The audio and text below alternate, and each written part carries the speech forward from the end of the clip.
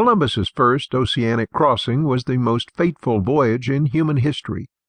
People had come from Eurasia to the Americas before, of course. The Americas were first populated as early as 40,000 years before Columbus, by wanderers who ventured across the ice of the Bering Strait and then swept down to cover 2 continents.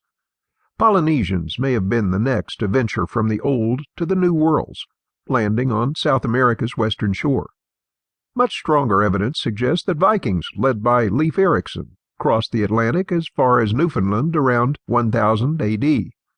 Abu Bakr II, a ruler of West Africa's massive, technologically advanced Malian Empire, resigned his throne in the 14th century to explore the oceans, and just might have managed to find his way to the Americas. Basque fishermen and whalers are believed by many scholars to have located the astonishing fisheries of Cape Cod a century before Columbus, but kept the new landmass secret for commercial reasons. But Columbus's name put them all in the shade, and rightly so, because it was only with his famous 1492 voyage that America was added to maps, and real exchange between the 2 continents began. The Columbian Exchange was an era of great trade and great tragedy, devastating whole civilizations, but also beginning the process to bring the world together in a global community.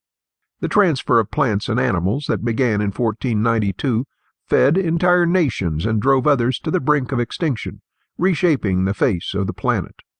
Yet even Columbus, for all his ambition, could not have foreseen in 1492 that he was destined to shape the rest of his millennium. That year he was struggling just to get anyone to believe him.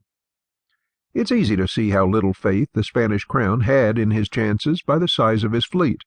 Ferdinand and Isabella had agreed to bankroll him, true, but only so far as to give him 3 small ships and less than 100 men.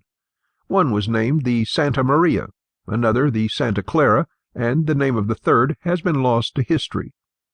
As was customary, however, the sailors gave their ships nicknames, in this case, La Gallega, Nina, and Pinta, respectively. It's curious historical anomaly that we remember only one of these ships today by its proper name. Perhaps the monarchs were right to have been a bit skeptical of this Genoese adventurer. By all rights, Columbus's plan shouldn't have worked. He had correctly guessed that a ship might circumnavigate the globe, but he had drastically miscalculated the globe's size, estimating it at 15,000 rather than 25,000 miles. Had an enormous, unmissable landmass not awaited Columbus halfway around the world, he and his crew would surely have perished in the expanse of the Pacific. But Columbus would not have seen this as luck. He believed that he was God's instrument, and he would have seen this salvation as Providence's gift to a man who had dared everything. He and his crew confessed their sins and received absolution on August 2nd in Palos, Spain, and sailed from the harbor the following day at 8 a.m. The harbor would have been unusually packed that day, and ships were in high demand, for August 2nd had also been the Spanish crown's final deadline for Jews to flee from Spain or face execution. Columbus's armada, if it could be properly called that, faced troubles from the start. The rudder of the Pinta broke after only 3 days at sea, perhaps an act of deliberate sabotage, since the ship had been pressed into service by the Crown against the will of its owners. As the fleet stopped into the Canary Islands for repairs and resupply, they heard rumors of Portuguese warships in the vicinity, seeking to capture the Spanish explorers. It's not clear whether their presence was ever anything more than talk, but whatever the case, Columbus managed to set out again without encountering them. On September 6, 1492, the 3 ships left the last comforts of the known world behind and set out to cross an ocean. Most of those who watched them go believed that the ships would never be seen again.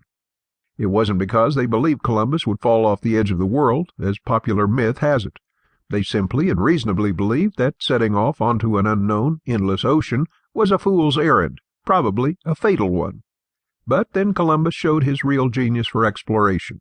Previous attempts to cross the Atlantic directly from the Iberian Peninsula had been rebuffed by the frightful weather of that ocean's northern portion, but by crossing at the latitude of the Canaries, 28 degrees north, Columbus took advantage of what would later be called the trade winds, dramatically boosting his speed.